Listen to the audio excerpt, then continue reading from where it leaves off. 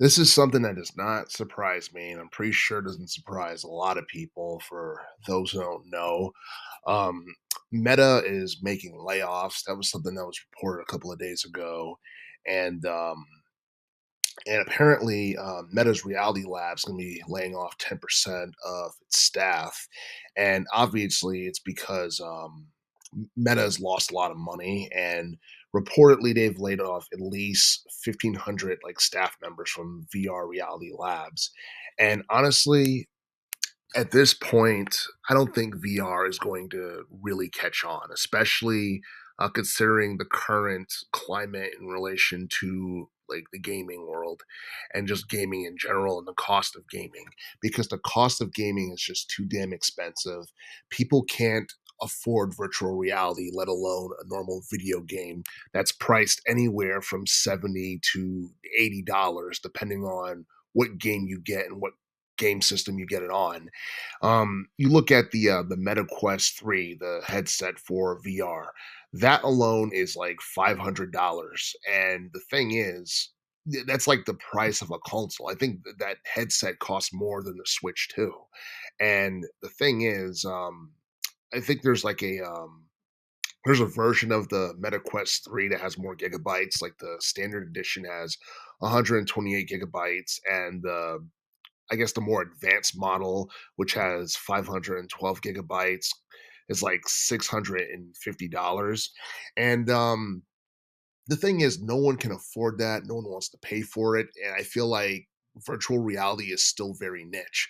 I remember about a decade ago, I thought virtual reality was going to blow up in terms of popularity, but that was before the economy got worse and inflation got worse, and the cost of living just skyrocketed like ridiculously. So, yeah, I just feel like virtual reality, even though it's still a thing, I mean, you're not seeing much of it because um, people can't afford it for the most part.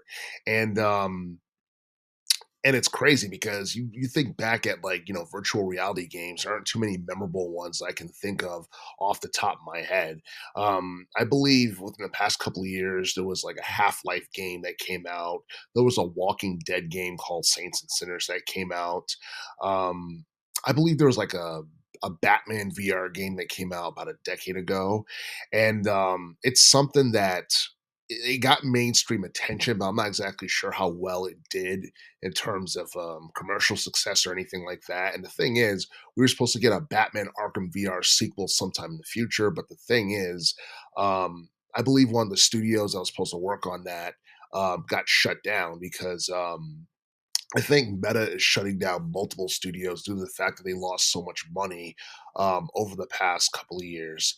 And it's one of those things that really makes you wonder what the future of gaming is like, because I could have sworn about, almost 15 years ago I thought virtual reality would be the future of gaming, but that was back when there was more optimism and life looked a lot better and everything like that. But this was pre-COVID. Pre-COVID there was definitely more hope for the future than there is right now. And yeah, it's like nowadays, like people are boycotting like modern day AAA video games. They're turning to indie games. They're turning to retro games. And honestly, I feel like virtual reality is going to be the last thing that people really care about. And then you look at Meta. Meta has their history of pissing off people because in the past, like people had issues with Facebook and them stealing people's privacy and all that other stuff and selling their information. But I don't know, just yeah, this is something that really does not surprise me, and it's a damn shame that this is actually happening because I don't know, like if Resident Evil 9 is supposed to come out sometime this year, and you would think that if Resident Evil 9, was a big deal, they'd probably have some VR features. That was one of the few things I was actually hoping for because yeah, I honestly feel like Resident Evil is a franchise that could greatly benefit from virtual reality gameplay because it would definitely add to the realism and all that. But, if you're shutting down studios left and right like this and you're losing a ton of money and no one's really invested in virtual reality and it's still pretty niche, and forget about it,